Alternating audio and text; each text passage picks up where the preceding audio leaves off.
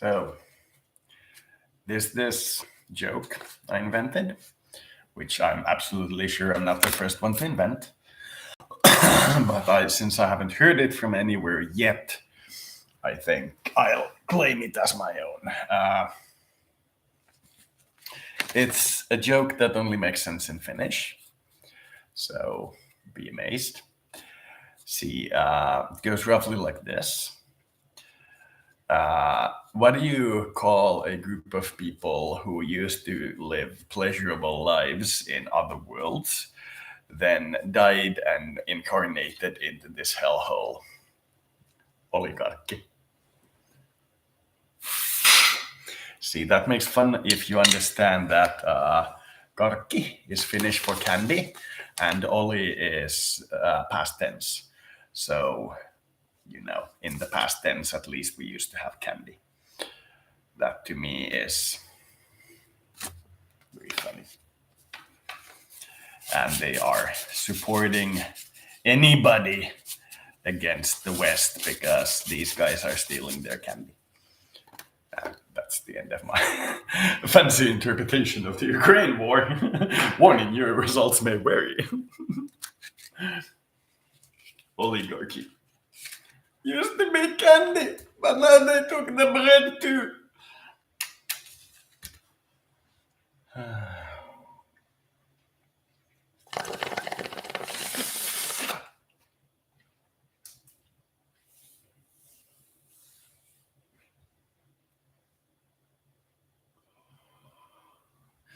People who are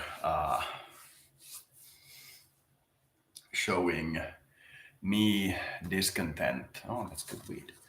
In the astral, because I am known for not following all the laws to the letter, and when I do not follow them, I am also known for being overtly public about it, in that there is no risk of somebody randomly catching me onto something because the police already know everything I've ever done anywhere. I'm like that guy when they ask him to tell me everything you know, they start that in the beginning there was this fuzzy pink glow that lasted for 9 months. Occasionally it was fun. Most of the time it was boring, and so on and so forth. So when I am knowingly breaking the law, somebody saying, I'll tell the popo, has zero impact on me, zero impact, because it's not that I don't care, it's that I know that they already are studying me. That's the paranoia part. So while everybody else says it's paranoia to believe you being followed by an intelligence agency, except if it's the Russians and if we're at war, I know that it is the job of the intelligence agencies to gather intelligence.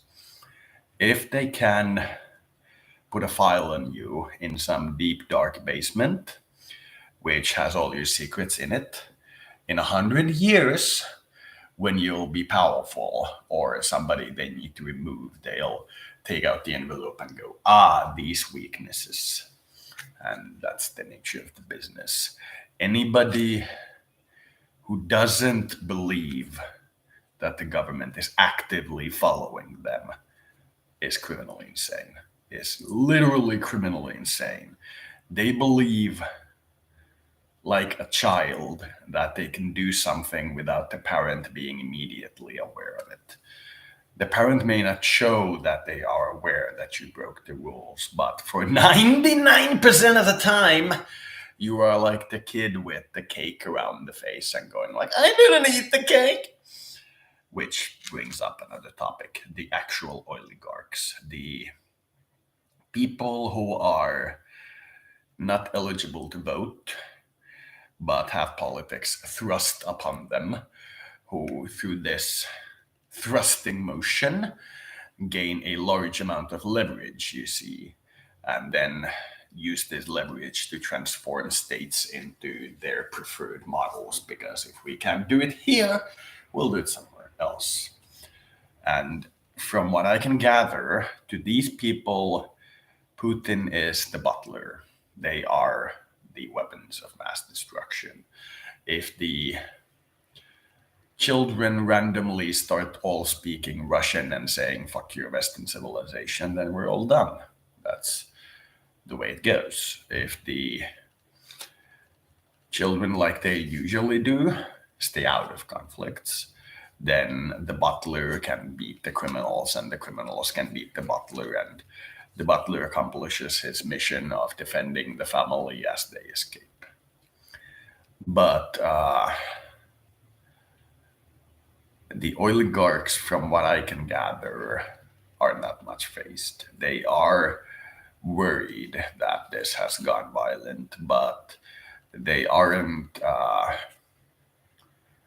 turning on the Russian government at the moment. They see that this is a case where one side punches 100 times, another side punches once, and the once punching guy gets told to the school principal. It's essentially the case of the bully picking on the nerd, and the nerd once beating the bully's face in, and then everybody going like, oh, but he was the city councillor's son, the shitty councillor junior.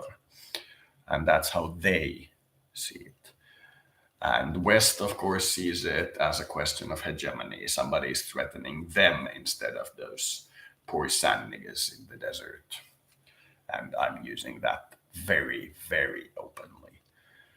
The reality is that there starts to be publications in the West and larger politicians in the West saying that this and the Iraq war are two completely different things because this is happening in Europe. I believe people who say stuff like that during this particular war should be carried out and shot, but I'm not the PM. If you really make this about Europe versus everybody else, you lose.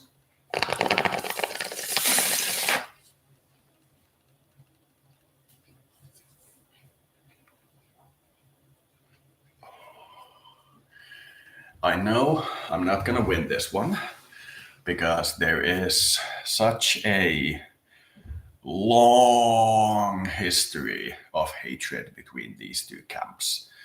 And there is such a deep underestimation of how well the Kaker family will defend itself, which for all intents and purposes currently is Ukraine, as you know. The war looks like the family patriarch, the old guy, going above the father of the daughter's opinion and saying that your daughter is misbehaving and I will correct it. And then the daughter goes, ha ha ha ha ha, okay. And that's what's happening. That's what it looks like to me. And the West is, with all its cows in the ditch in Finnish saying, they have their own moo-moos in the ditch. They are very willing to throw the entire Ukrainian and Kaker population of the planet into the fire if it saves them even the slightest bit. But they are not willing to make this a war where the Western hedonistic anti-moral liberals defend the family, which is, in my opinion, a little weird. It's more of the trend that I have pinpointed in some of my videos, especially the Age of Bra videos. And it is the topic of you are now an adult, deal with it yourself, which is something I personally loathe. But that is how they're dealing with this. And it's turning very much into the conflict of the family patriarch telling the parents of the child in question that their child is acting inappropriately and must be corrected. And the family going like, no, you do realize that it's our kid and we are content with what we're doing. And the family patriarch going like, well, I'll beat your face in a feudal manner, and then declaring a revocation of title in Crusader Kings 3 terminology. And then the Ukrainians going like, well, when this was a question of whether or not we give this power onto somebody who we know likes this power, it was a difficult question. It took us years, some might even say decades, to answer in any fruitful manner. But if it's a question of giving this child over to be punished by somebody who likes punishing and hates children, then there is no question. It's at best an academic question when it's giving control of essentially the spirit of Ukraine to some random guy somewhere. It's an academic question. It's not going to happen in reality. It's possible. Nobody is strongly opposing it, but the realities of life are the realities of life. But when it turns to the former father, now the grandfather, going, I will correct your children's morale, wags finger, then it mobilizes the population in a completely different way.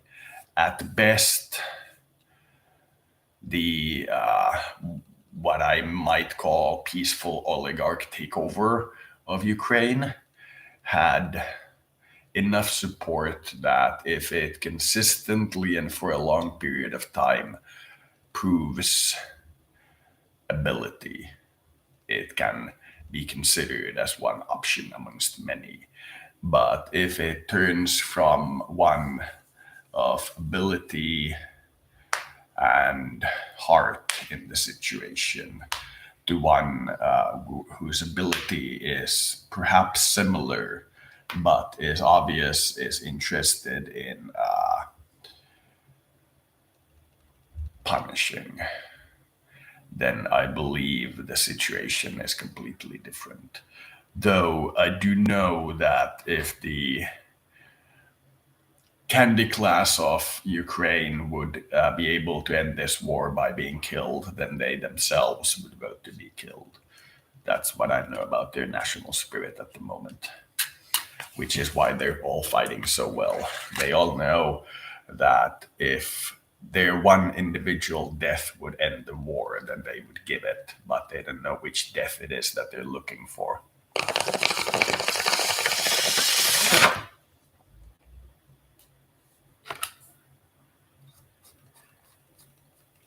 And before anybody suggests me, my death has been tried. Didn't work.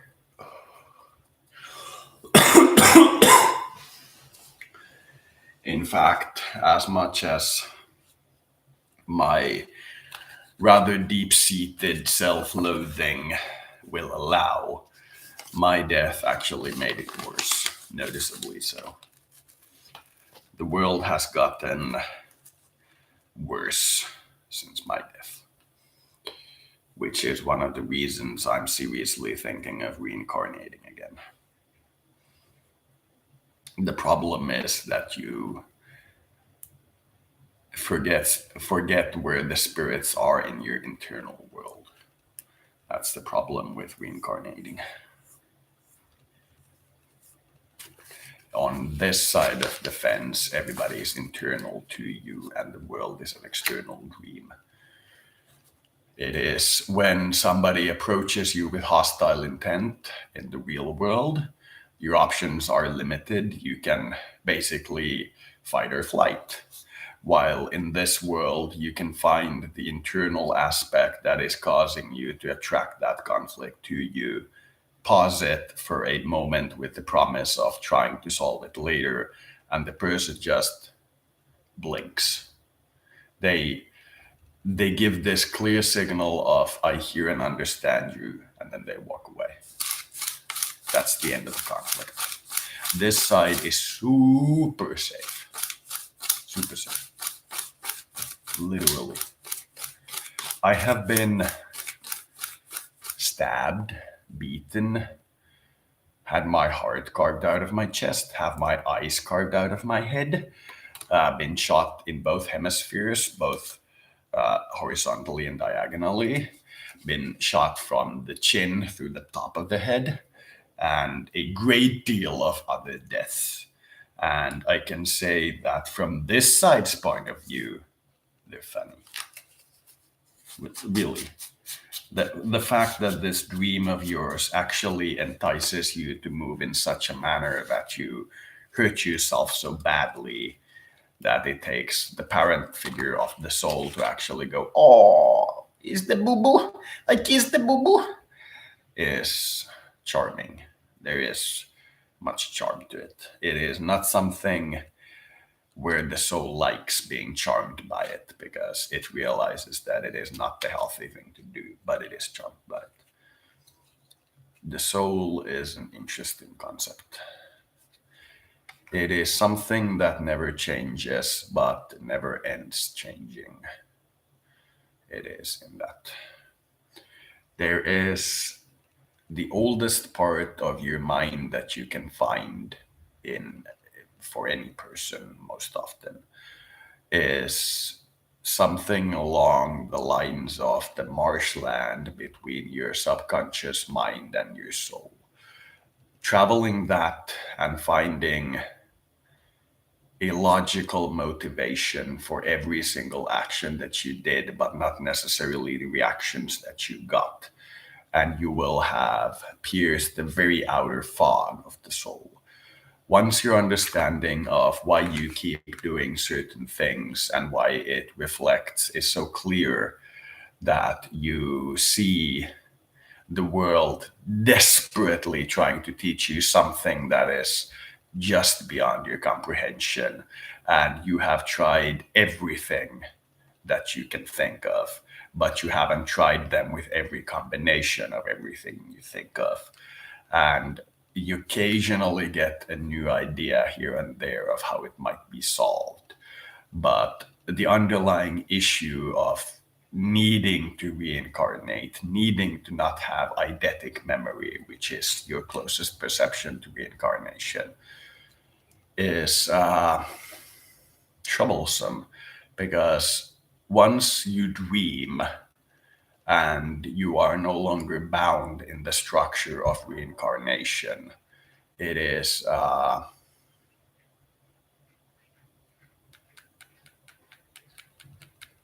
different depth to life than anything that you can achieve on this side while you are still worried about your life, in my opinion, which is why the constant process of reincarnation is bothersome, which points to my LSD meth experience where I received the image of God, considering it essentially the only problem with the soul. I know a lot of people will try to pin it as something that I do specifically, but don't you think that if it was something that I was doing, it would be solved already? You think I look powerful enough to resist?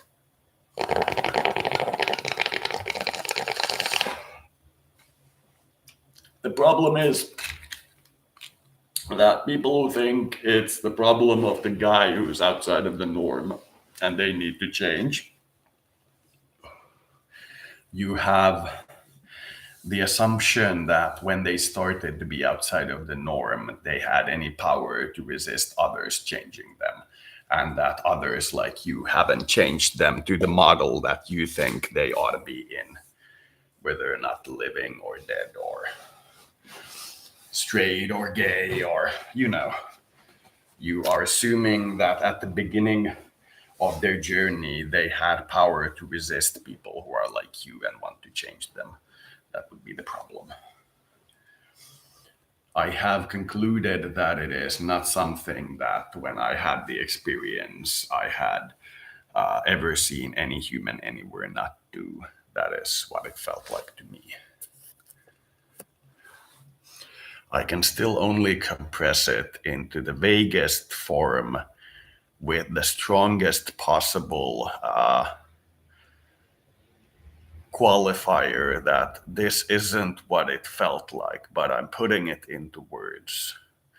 And my words are very, very, very accurate, but they are just words.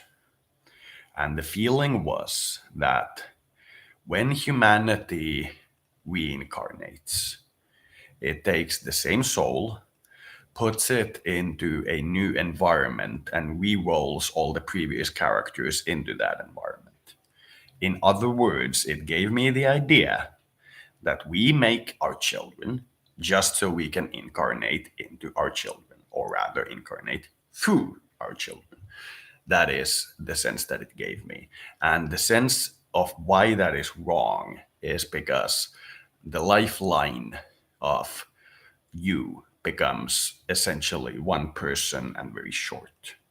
Because you do not have the hybrid mind, which comes from understanding that if death were final, you would lose all memories of the dead. Period. That is the answer to your question. If death were final, you'd lose all memory of the dead. That is the only way it can work. As long as there exists the possibility of remembering the dead, then there is a possibility of locating the dead. And if you cannot wrap your mind around a group of people locating a thought that only one person has as an external instead of internal, then I recommend you find the goddesses, and I'll leave it at that. There is nothing else I can tell you. It is that simple. There is, in the astral works, many veiled references to everything being possible, but it being a matter of distance. And that is what you need to conceptualize. They are still in existence, but the distance to them is now in time instead of in space. And like with any other object, they are not located in a single point in time or in space. So if you see a boundary where they end, you can draw the rest of the circle around them and see that they exist only there and not outside it. Therefore, if you eliminate that, the knowledge of that outside it should vanish as well, which it doesn't, which is why murder doesn't work. If you talk to somebody who does a lot of murdering, if they are lucky enough to have noticed it by now, is that the person they murdered comes back with a slightly rummaged face and some generalized attribute which makes note of the fact that you murdered them. Like if you have in your friend group, everybody's thin, but there's one fat guy. You murder that fat guy, and you will get a new fat guy into the same group who looks a tiny bit worse, has the same general problems and personality attributes. You can say relatively certainly that if something pleased you in them before, it's going to please you now, etc. But they look worse for wear. And that's murder.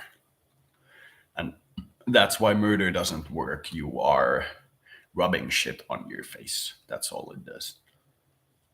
Others will see you through your group and will only notice whether or not they look well maintained. If your group of friends looks like exploding bags of garbage, then no matter how good you are as a person, they won't help you. Which is why if you do murder a lot of people, nobody will help you. And it is only because they notice that you leave only shit behind. That's one of the things. But yes, the feeling that the God being gave me can be compressed into the words, we make children only to incarnate in them.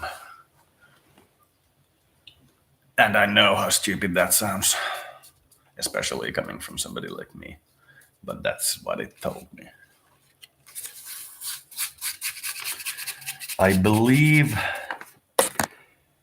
The mood that it recommended was humans being raised by animals, animals by aliens, aliens by humans.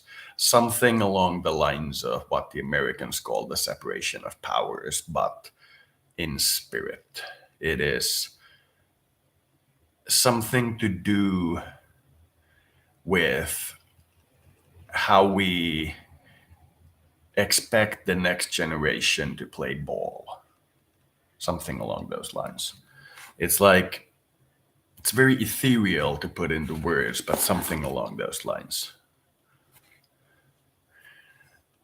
I mean, even the concept of the next generation having the previous generation's language at all, not to mention cultures, for example, seems counter to this spirit. And it literally feels like when a single human dies, or at the very least a single generation of humans dies, an entire civilization should die instead of being born in the next one that then reinterprets the past one, because you cannot live without interpretation. And you reinterpret it, therefore it reincarnates into the next one, and it begins a cycle of back and forth. Essentially maintaining a singular person throughout the entire reincarnation process, which then dies at the end, and then dies the entire civilization, universe when it dies at the end. It will be in that particular form of breeding, knocked into pure blackness. And I find it curious when I explore that space that the most common inhabitor seems to be kind of hopeful, while the one we never find is the people who don't believe that they belong there. Don't belong there, yeah. The people who send others there are never seen there. That is very interesting.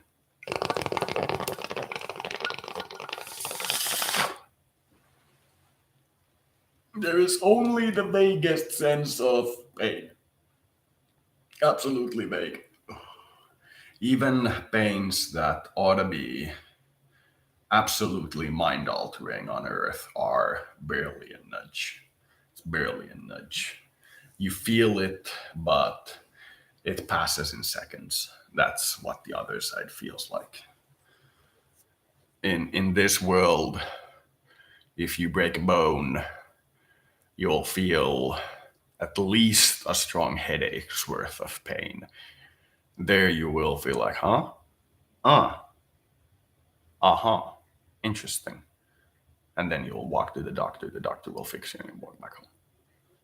It's like, it's completely different. Life is biological. It isn't in this weird loop of perfecting God, like the Christian morals perfecting themselves generation after generation, and then worshiping this weird deity. Like, it had no comment on the deity itself, like other than the fact that the process of intelligence as a whole, as we do it now, seems weird. It perhaps is better compressed into the word, when a generation of people dies, a civilization should die instead of others seeking to carry that civilization as them forward, in my opinion. Then we should allow people to self-identify as different generations. Then the problem is solved, in my opinion. Legalism, when you actually study what laws allow you to do, is very interesting. It won't allow you to do much beyond what your culture considers doable. But once you reach a certain stage where people think in terms of raw understanding of what can theoretically be done as a group, then your powers and legalism specifically are very large. Proposing laws like mathematical formula, if this followed by this, then this.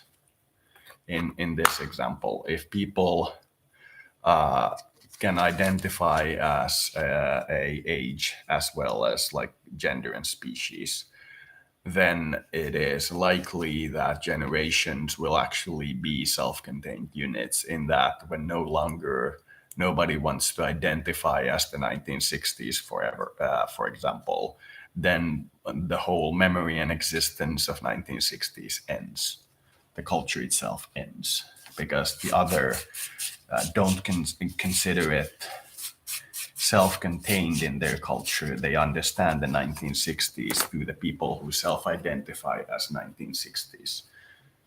If the whole culture vanishes, they could just as easily see the massive nuclear war that you guys had in 1960s, for example. But now they see, red cars and American women in bikinis and those weird summer hats. That's roughly what they see. Color.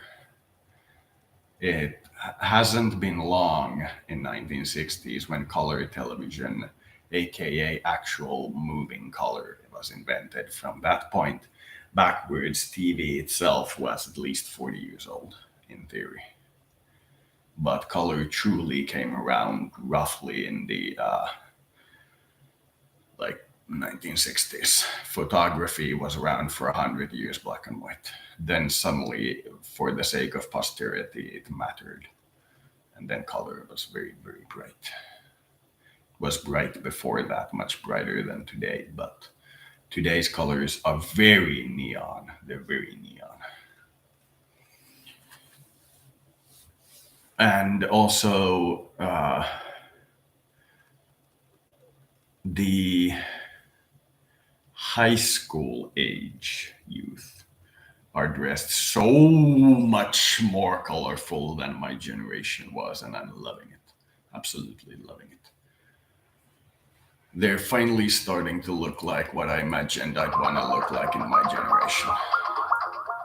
So fucking full of colors and style.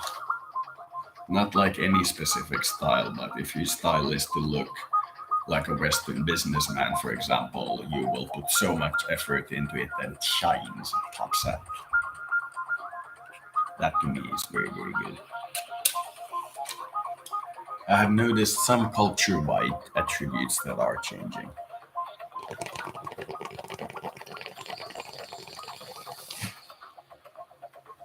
Though, if you do not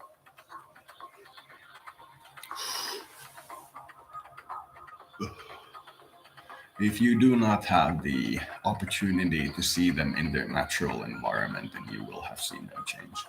Everybody in the West is pretty adamant that the actual street image is going to be kept the same. Light business. But if you happen to go like near a particular building at a particular time of the day, then you will notice changes. That particular building exudes a type of cell that is here and there present everywhere else. But when it concentrates in a large blob, it looks very particular. These days, it's not just torn clothing and occasional garish makeup. It's like literally entirely pink or black and pink or black and blue or blue and yellow or what have you, but like literally opposite colors and weird types of clothing. I'm loving it. I have been waiting for this. Now we need to wait around 10 years and they'll adapt to society and then they'll be blooming. They'll be about 25. Roughly in the age when most Hollywood people divorce them, so I think I'm good with them. I have noticed that change. Other than that, people seem to be roughly normal. There is no large-scale change. The putting on of masks 3 years ago is the most obvious change. even that is relatively minor. Because, as I suspected, the masks came off a few years later. There's a few people here and there, but most of the companies and others are telling that they're no longer mandatory. The public transportation, I believe, is moving them from mandatory to recommended at the first of next month, despite the fact that there's a record number of corona hospitalizations. Sorry, I shouldn't have said the word because it triggers the time warp phenomenon. Yeah. But it was a rough 2 years. Nobody's still sure how many people actually died. That's interesting because we do know that not a lot of people died, but nobody's sure actually how many. There's debate between around 600,000 and around 10 to 15 million. There's roughly the debate range. We're talking at the easiest, which is the anti-vax hardcore, at about twice the danger of normal common flu.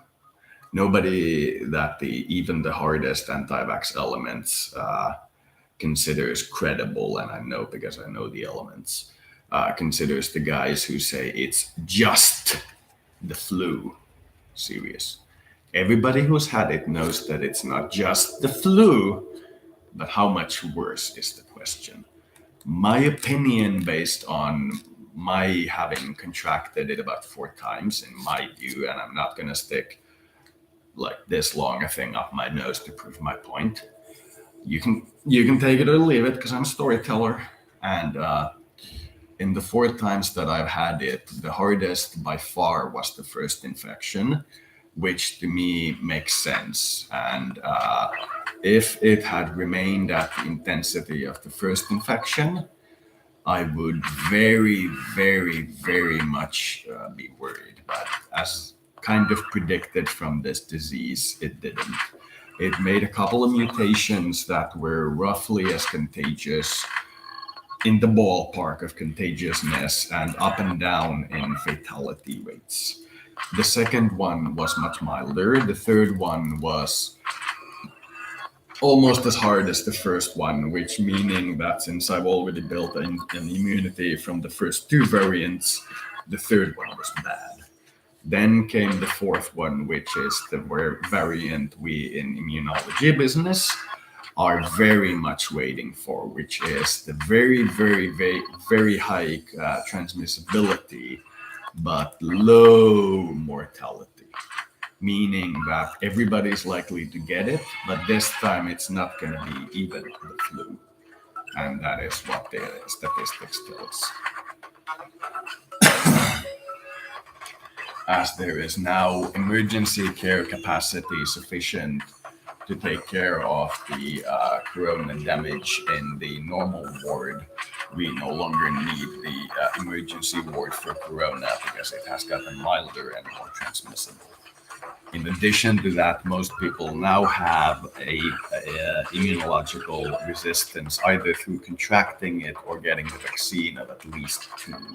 And I'm at 4 if I count being infected with the disease, and 5 if I count one of my astral journeys where I took the vaccine but didn't take it in reality. And in this particular case, considering that it's a complex network of companies through which I can adulterate the medicines I'm given if I so choose. And in this case, I have adulterated them once to the corona vaccine.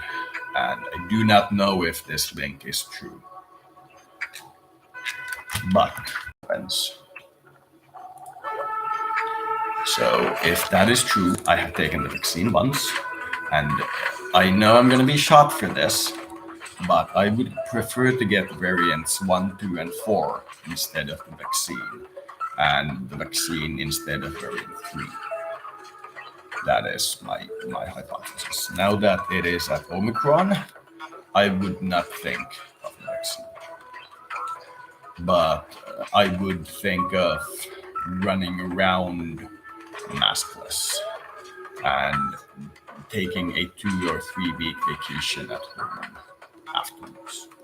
Making sure that you get it that you isolate, like you should with any contagious disease like the flu, which is why you don't show up to work sick and not immediately the day after. You understand that it's for this reason. And you self-isolate, do all the medical things.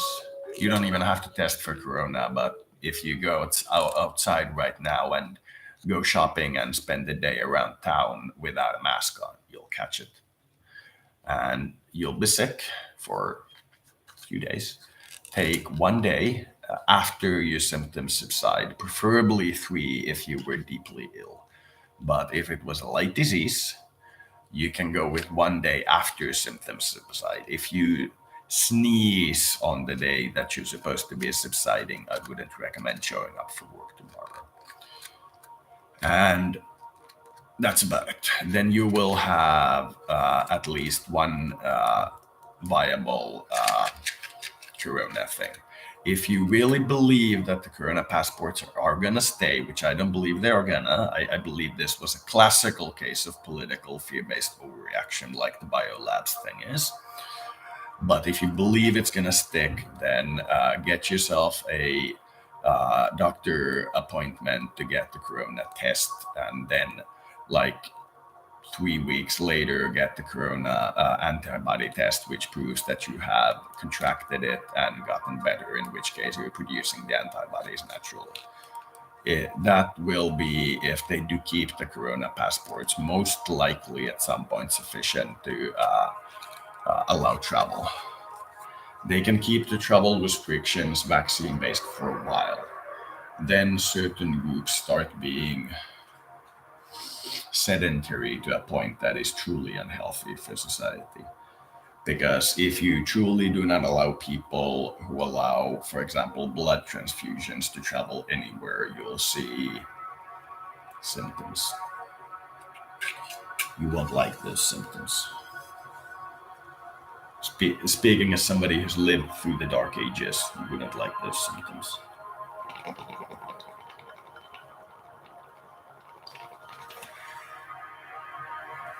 Eikö oikeesti?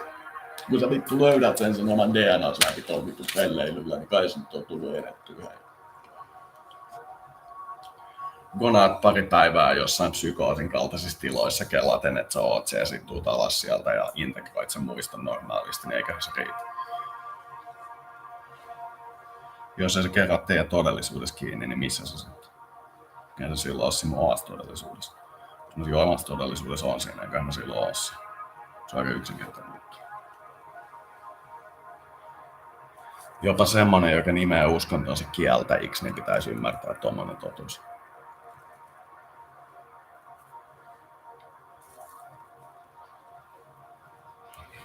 Ja jos mun olisi ihan ase niin kuin ohimolla pakko vastata, niin mä sanoisin, että heikko agnostikko. Uskon, että vielä ei ole löydetty mitään, mikä todistaisi Jumalan olemassaolon tai olemassaolottomuuden.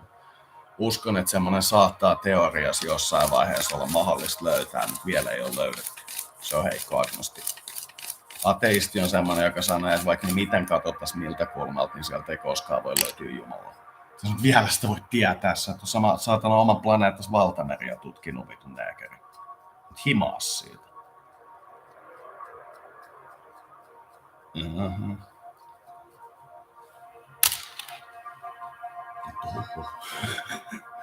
Eikö oikeasti? On se heikko agnostikko, missä on ainoa, missä on vähänkään järkeä. Siitä kun kyseessä on kuitenkin semmoinen, mikä pitäisi olla niinku uskonto, eli semmoinen, mikä olisi vähän niin kuin sillain, että tässä on hyvä fiilis, niin mä sanoisin ehkä joku shamanistinen taolaisuus. Joku shintolaisuuden semmoinen, kukaan ei ole koskaan kuullut vierdi-uskonnollinen haara saattaisi onnistua. Sitten jos on ihan pakko lähteä sotaan sillä, että on ihan selvää, että pitää tehdä vahinkoa, niin katolilaisuus. Siinä ei tarvitse mitään muuta kuin lähteä sen toisen kanssa juokseen sinne valoon niin pitkään, että jompikumpi nukahtaa, niin se on aika helppo puolella. Siinä on semmoinen, että aletaan vaan keskustelemaan siitä, että miten se armo toimii.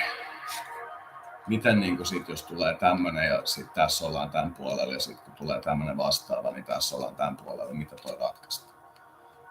kysyt siltä tämmöisiä ja sit menet sen päälle istumaan, niin se pelaa sulle semmosen universumin, jossa on se ratkaisu ja sit sen jälkeen voit kysyä jotain muuta. Se on niinku...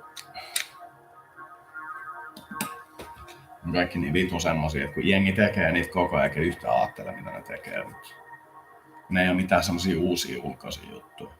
Kun sä puhut itsellesi melkein poikkeuksetta sillä että no niin nyt lähdetään tekemään, niin sekin pitäisi purkaa sillä että kuka sanoo, kenelle sanoo, mitä sanoo ja minne sanoo.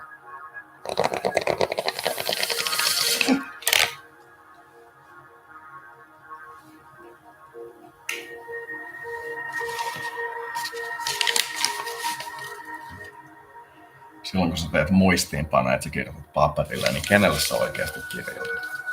Kirjoitat sä sille, joka sä oot nyt, vai kirjoitat sä sille, kuka sä uskot olevas silloin, kun sä luet sen muistiinpanon?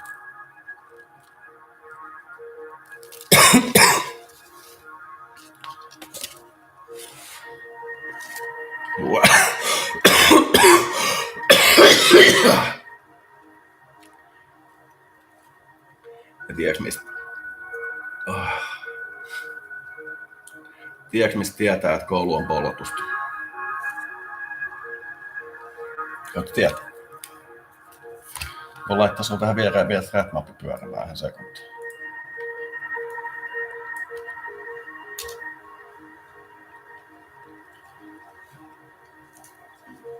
Moro, väliin ihan pikainen juttu, tästä tuli tämmönen kysymys. Niin mistä tietää sen, että koulu on polotusta? Niin melkein poikkeuksetta. Jos niitä oikeasti kiinnostaisi se, mitä sä siellä teet, niin ne kategorisoisi kaiken sen sun työn semmoiseen isoon katalogiin, jonka sä voit milloin tahansa pyytää, ja sä voit pyytää sen tosi takaisin. Se, että ne ei laita niitä sinne, niin tarkoittaa, että se on ajan tuhlausta sitten ja mitään hyötyä.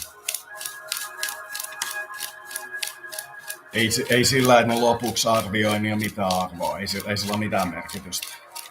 Se, että ne ei kerää sitä sun työtä valmiiksi tai auta sua tekemään semmoista portfolioa, jos on kaikki ne sun työt sillain, niin kuin koko sen kouluajalta, niin se on se, mistä huomaa, että koulu on kuulutusta. Se on vaan kokonaisuutena. Niin se saattaa täältä löytyy just niitä kouluja, joissa sä saat sen opinnäytetyön koko ajan itsellesi, mutta ne on enemmänkin näitä vocational juttuja, mitkä taas on sitten enemmänkin tätä niinku job itsessään, eikä niinku school mun mielestä. University on school, primary school on school, vocational school on enemmänkin niinku job training. Et sä vaan sillä meet, että mä otan nää vocational koulut ja sit mä haen noilta alueilta, vaan sä otat, että mä otan tän alan ja sit mä käyn ensiksi vocational, niin sä oot sen päätöksistä tehnyt. Mut niillä, joilla ei oo sitä, niin että ne ei kategorisoi sitä, niin kun se olisi niin pieni vaiva jollekin keskivertokoululle laittaa jokaisen oppilaan kaikki ne opinnäytetyöt, mitä se on tehnyt, niin ihan jostain ensimmäisestä tarhavuodesta lähtien. Kaikista otetaan semmoinen high definition kuva ja pistetään potilaan nimellä, tai se potilaan, kun siis oppilaan nimellä, niin johonkin hard driveen ja kopioidaan cloudiin ja pistetään jonkun 50 kirjaimisen salasanan taakse, jonka tuntee vaan joku vitu datainsinööri. Se on kuitenkin silloin vielä semmonen, että sen saa avattua brute forcella, mutta se vaatii sit se useamman kuukauden ja se näkyy, niin sitä ei voi enää tehdä sen dataportaalilla. Se on se pointti. Lasketaan siihen se niin pitkä salasana, että se on sillä lailla, että kun laittaa koulun oman laskutehon pyörittää sitä, niin sen saa jossain ajassa X. Ja sitten, että sitä ei saa haettua sieltä koko tietokannasta mitenkään omalle kohdallevylle. Sitten se on turvallinen. Mutta se nyt taas on todella omaa juttua. Mä en tiedä yhtään, miten teidän turvallisuudet toimii, niin ei siinä. Ja mä tiedän kieliäkään vielä puolestakaan, niin se voi olla niin uskoa, että on parempi ja sama. Mutta joka tapauksessa niin kaikista opinnäytetyistä.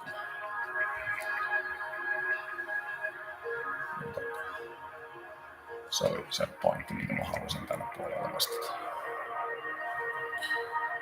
Onko siihen kenelläkään mitään muuta kuin ihan täyttä harmonia?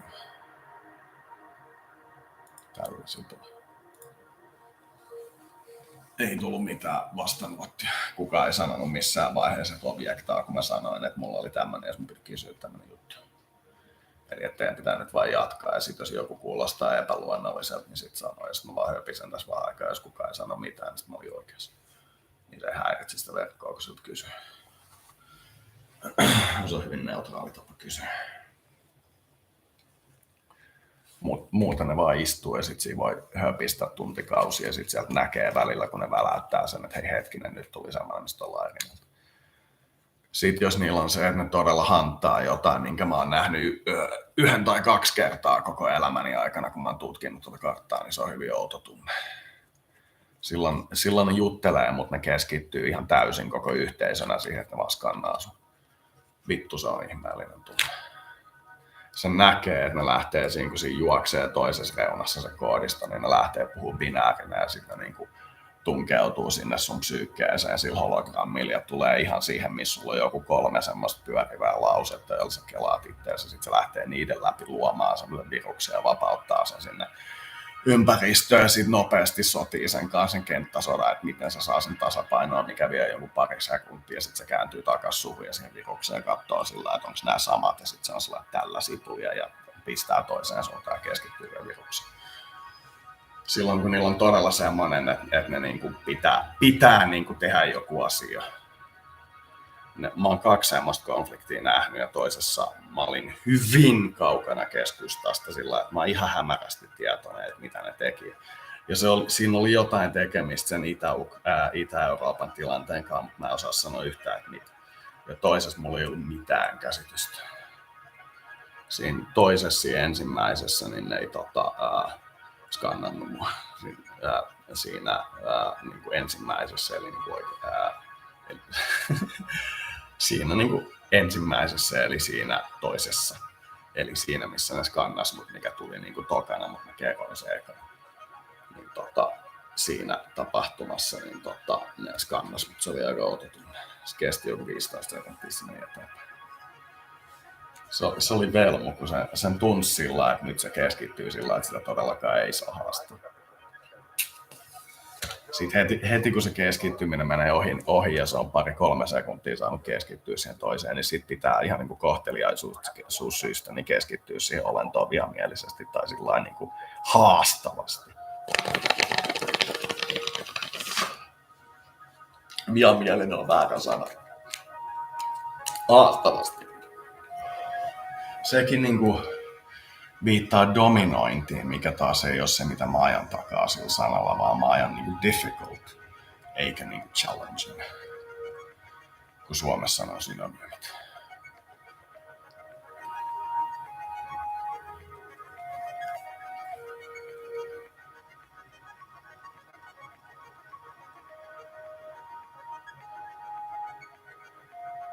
Suomi on loppupeleissä aika yksinkertainen.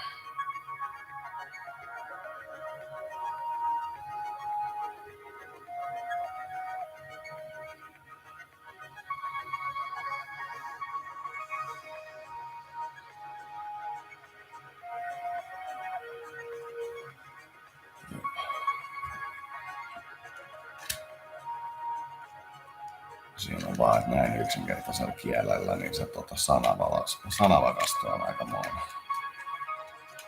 Se on sen takia, kun silloin kun on yksinkertainen kieli, niin siihen tulee niitä variaatioita aika paljon. Mä tarkoitan yksinkertaisella sitä, että se kulttuuri on ollut hyvin pitkään jollain samalla geologisella alueella. Se ei ole niin monimutkainen se geologinen alue, vaan se on yhteen sama. Niin siitä kommunikaatiosta tulee helppoa ja yksinkertaista.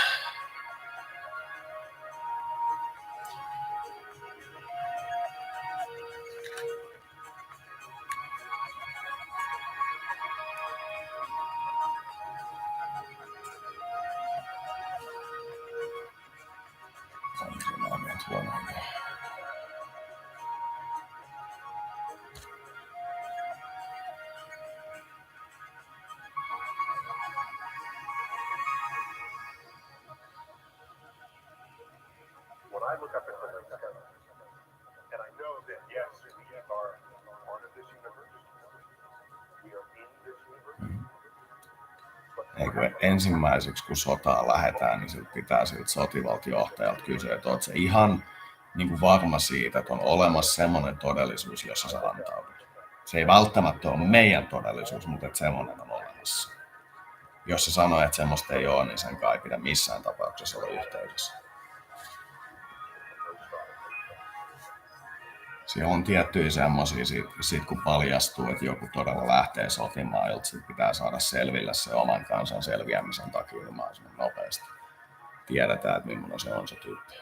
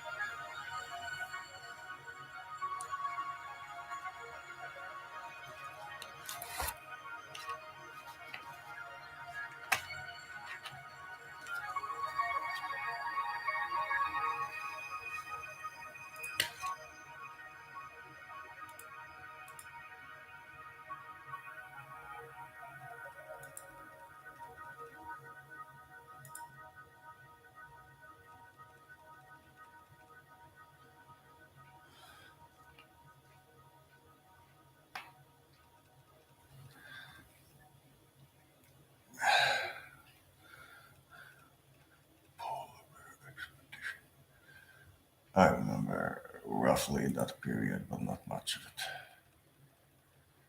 I recall there were many people trying to reach the royal family with the intent to help, while a lot of people were around the royal family with the intent very much of not helping. I don't know if that matches your history, but the royal family and those immediately close to them, the personal army, if you will, at all points remained friendly. That I recall. They remained living and friendly throughout the entire period, I'm sure. If you are really asking me how the Russian royal family is doing, I'm gonna tell you it's private business and butt off.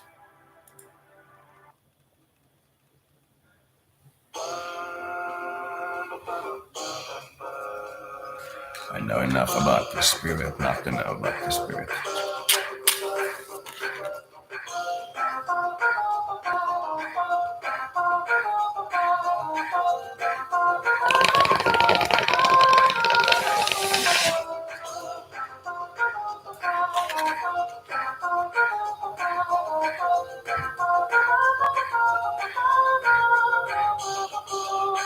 Niin nyt, jos Ukrainaa tuetaan oikein vahvasti, mikä näyttää epätodennäköiseltä, mutta periaatteessa mahdolliselta, niin siinä saadaan Venäjä asettua sotilaallisesti siihen tilanteeseen, että liittymättä siihen sotaan suoraan, niin Ukraina ei voita. Se saadaan taattua. Ja se saadaan taattua, että Venäjä joutuu muuttamaan teollisuutensa sotilasteollisuudeksi ja tuottamaan todella paljon sitä kamaa, että ne voittaa. Sillä että se ei onnistu niin kuin millään alle 30-40% BKT sotilasmenoihin käyttämisellä. Siinä vaiheessa muu maailma alkaa katsoa sitä touhua sillä, että siihen niin on vähän pakko mennä väliin. Silloin siinä on semmoinen verilöyly yrittämässä, että on parempi mennä väliin. Se on silloin, kun kaksi semmoista semi-hyvää kaveria niin lähes sillä syyttä alkaa hakkaan toisiaan todella hengiltä. Ensimmäiset 10 minuuttia sä voit katsoa sitä, mutta sitten kun on kummatkin ihan verissä, niin kyllä se porukka menee siihen sillä että lopettakaa tai laittakaa saatana käsineet käteen. Tehkää toi vittu 3 kertaa viikossa käsineet kädessä. Vittu lakimäärää saatana. Mobilisoitte koko saatana sotavoimanne vetämään vaan toisenne nyrkeellä turpaa 3 kertaa viikossa sillä, että on käsineet päällä.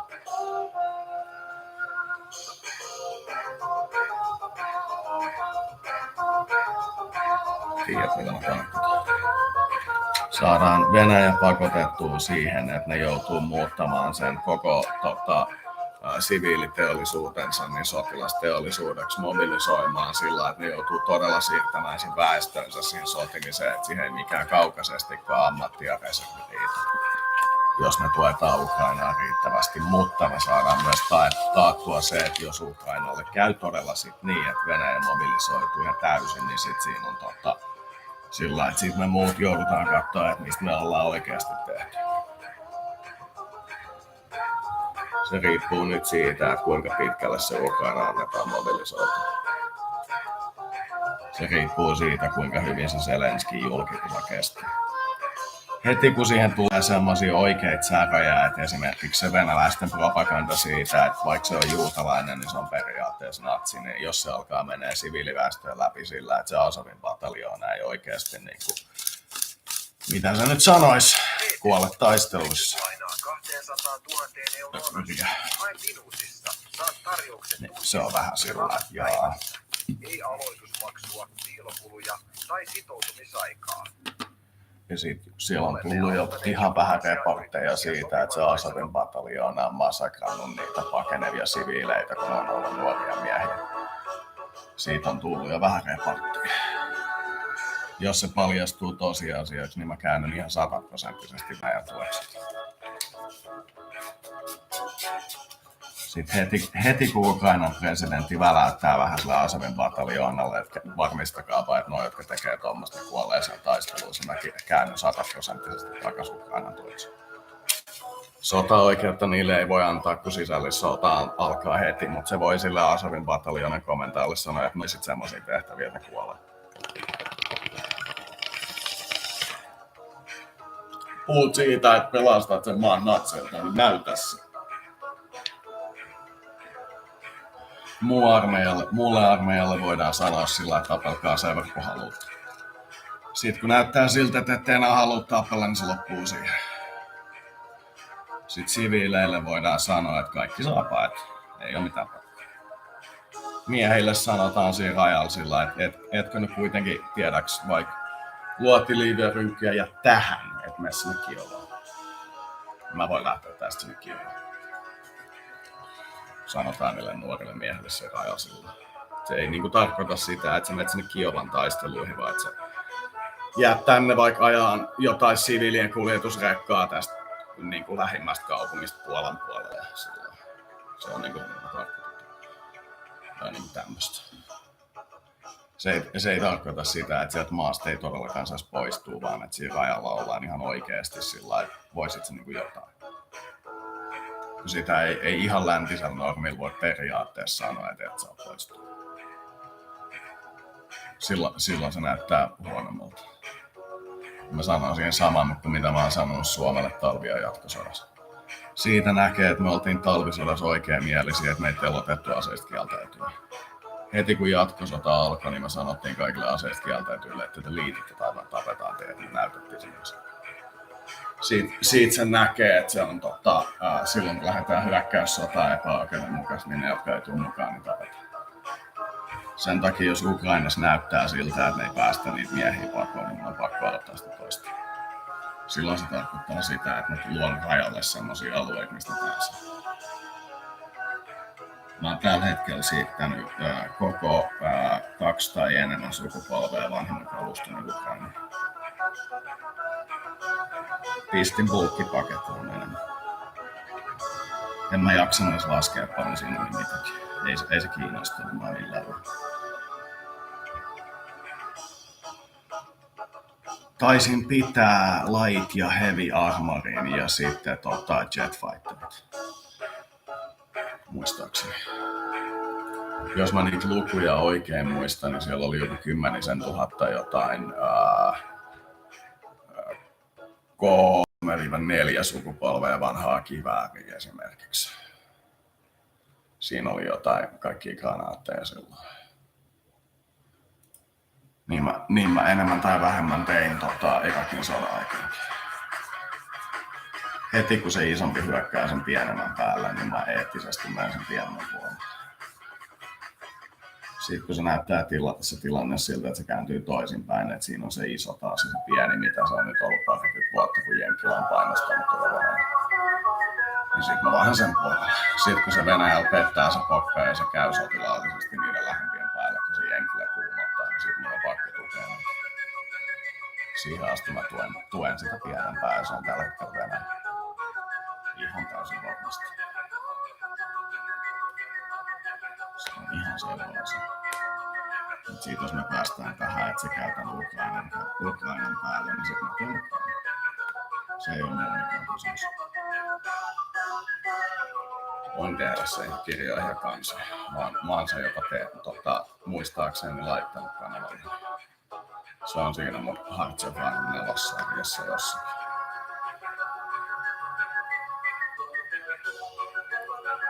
Siirsin ne muistaakseni joo, enpä sano minkä kautta siirsin. Olen päättänyt siinä. Menee sotilasturvallisuuden päälle.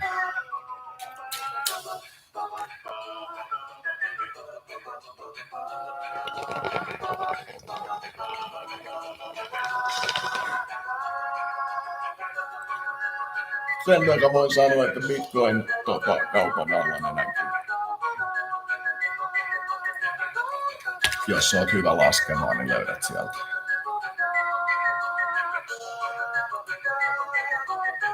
Se on silti aika pieni kontribuutio tuolta Bitcoin-alalta verrattuna siihen, mitä mä sais mobilisoitua.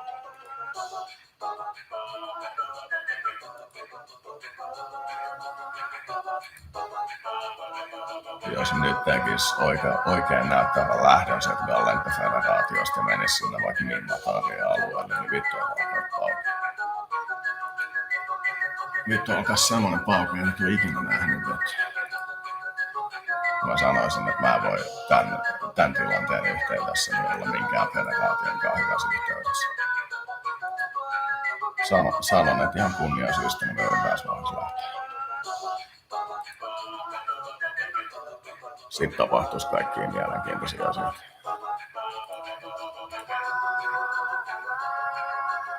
Tällä hetkellä todennäköisesti en tee mitään edeliikettä niin ainakaan 2 kuukauteen.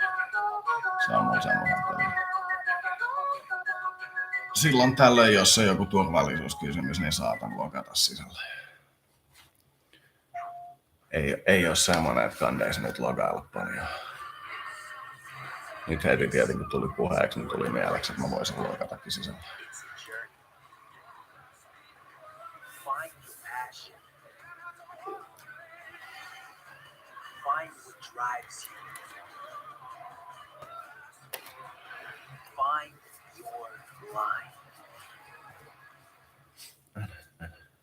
You guys are French. But you know, have you played World in Conflict? The little landing in France. Oh no! We've been had comrade. Oh no, it's General Hardass. Oh god damn it. They're just gonna murder us again.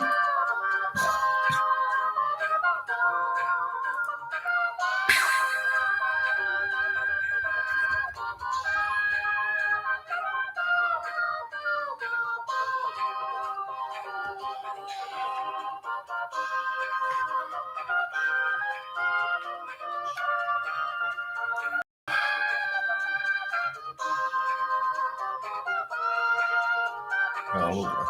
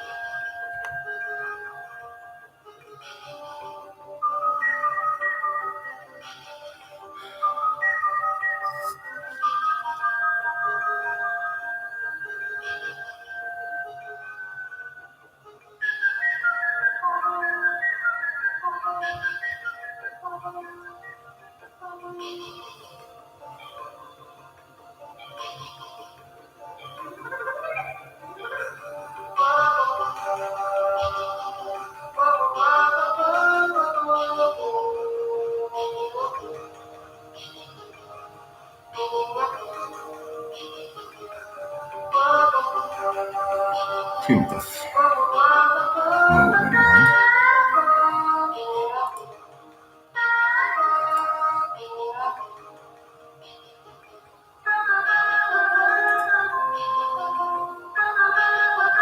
Damn. Christ.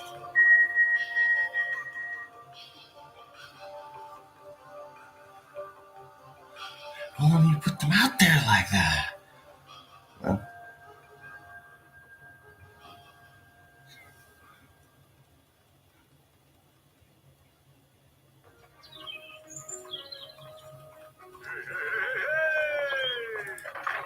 the Communist Party. Something else, but it's good that's going on in the French culture. Ei kuitenkaan. Mä oon ihan tyytyväinen siihen, että on ton Skandinavian unionin pelin sillä, että sit kun se peli loppuu, niin sitä ei erota meidän nykyisestä oikeudesta. Kaikki mikä on tapahtunut nyt meidän näkökulmasta, minun kanssa tapahtunut nyt, mutta me nähdään sillä, että se on tullut semmoisesta näkökulmasta, jossa se mikä me se nähdään, niin on semmoinen, että me on koettu sitä aikaisemmin. Haluan nähdä sen siitä näkökulmasta. Ja siitä tulee semmoinen virtuaalitodellisuus.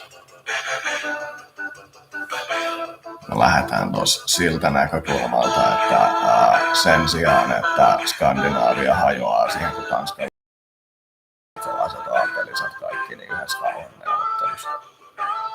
Niin siinä käy sillä, että ne pysyy yhdessä sen ajan ja sitten sen lisäksi niin ei sotkeudu näihin Saksan juttuihin. Se oli vähän niin kuin se ongelma sen aikana. Keskittyy vaan siihen, että sit kun nämä uskonnon sodat alkaa, niin ottaa kaikki pakolaiset.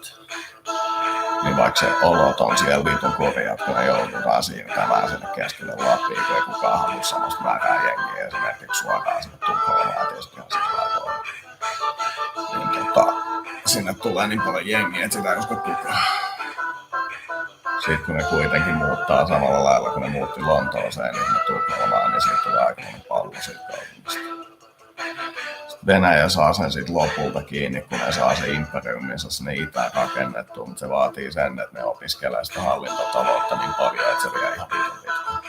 Sen periaatteessa saa, mutta sen, että sitä mikään tommonen simulaattori laskee oikeasti Venäjän alueeksi, niin se on vähän eri asia. Ne on nyt jossain sillä, että niillä on ensimmäisiä tästä 1650-luvulla niin semmoisia, mitä voidaan kutsua etapeiksi tai kaupungeiksi, niin Uralien itäpuolella. Ja niillä on Arkhangelskista niin kohta Krimeaan asti. Ottomaanit otti kaikki Krimeat ja ne Etelä-Ukrainat ja kaikki. Georgiat ja kaikki. Ne otti kaikki ne. Sitten Puola otti Ukrainan ja sitten Bohemia veti Puolaa turpaan sillä, että se vapautui Ukrainaan. Ja sitten Venäjä valtasi Ukrainasta ihan alussa ja tosta Puolasta niin ne itäosat, mutta sen jälkeen ei ole paljon nähnyt vaivaa sotkeutuakseen sinne länteen, kun se on rakennut koko ajan sinne itään. Niin siitä tulee sitten jossain vaiheessa reilusti tätä Skandinaviaa isompi, mutta se vie aikaa. Se piikkaa korkeammalla, kun se enemmän sitä aluetta. Mutta me saadaan se saadaan se kuitenkin niin kuin tasaisen kehityksellä aikaiseksi. Siinä vaiheessa, kun toi Kanada ja on Ranskan alaisuudessa, eli jotain 1650-lukua, 1700-lukua tai jotain, niin siinä vaiheessa niin meillä on Keski-Quebecista niin tuonne Baffininlahdelle niin kaikki ne rannikot. Sitten sieltä Great Lakeen länsipuolelta sitä lähes asumatonta aluetta niin oikein. Ollaan tuettu niitä Great Lakeen eteläpuolella intiaaneja niin ihan vitusti ja ne on vetänyt brittejä ihan vitulle. Ne yhdistyy semmoiseksi intiaaniheimoksi ja vaikka se meidän tuki nyt ei niin paljon siinä loppupeleissä niille paina, niin ne on kuitenkin hyötynyt siitä. Me ollaan otettu se kantaa, että me ei aloiteta minkään natiivin tuollaisen valtion kanssa. joskus kun meidän Explorer-klubbi liikkuu siellä, niin joku drive hyökkää sen kimppuun ja sitten menettää aina jonkun manpowerin, mutta muuten mä en ole sitä. Sitten jos mä rakennan sinne siirtokunnan rannikolle, niin mä ensimmäiseksi laitan sen, että mulla on triiti niiden neitiden yritän neuvotella. Sitten jos hyökkää sen siirtokunnan kimppuun, niin sitten mä vien sen kolonialijoukon sinne ja rakennan. Sitten kun se ensimmäinen taistelu on ohi, niin sitten mä vetäydyn sieltä aina niin vetymistelussa. Ja mä vedän vaan yhden semmoisen, että tulkaa kaikki tänne. Sitten mä rakennan sinne rannikolle, ja kun se on semmoista arktista, siellä ei asu paljon kukaan meikäläinen. Samaan aikaan kun New Yorkissa on joku 10 000 asukasta, niin koko sillä alueella on 10 000 hyvällä sekä. Siellä ei ole yhtään ihmisiä. Grönlantiin päästiin vasta 1620-luvulla. Siihen asti meillä oli se, että me kehitettiin sitä omaa taloutta ja niin kuin hallintokykyä. Sen takia meillä on ihan vitun käsittämätön talous tässä pelissä. Meillä oli semmoinen, että koska ikinä vetä. Ranska ja toka Euroopan valtio taloudessa, niillä on 1300 vuosituotantoa, meillä on 4500 vuotta. Niillä taitaa nyt olla 1700 tai jotain 2000, meillä on 4500. Suurin piirtein 1,5 kertaa enemmän meillä on kuin niillä on taloutta.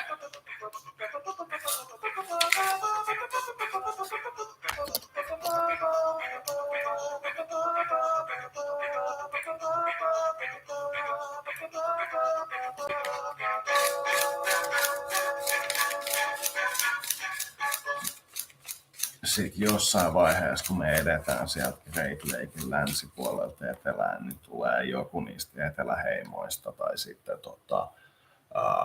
joku niistä uusista colonial powereista ja sitten mulla laitetaan persen maahan ja aletaan kehittää. Sitten ollaan suotu kehittää päivä. Sitten kun se on kehitetty valmiiksi, niin sitten me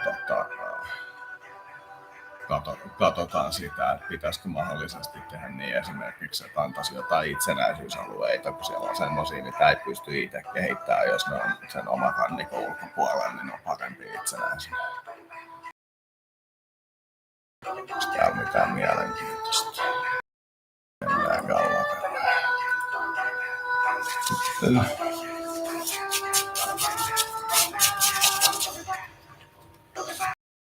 Vastattu joskus näistä termeistä näistä niinku toi Gallery. Mut näillä on Gallery ja Nausika. Mulle tulee tästä mieleen, että Gallery on se alue, missä ne tekee sen niinku backstaging ja sitten Nausika on se maa. Mulle tulee se aina mieleen.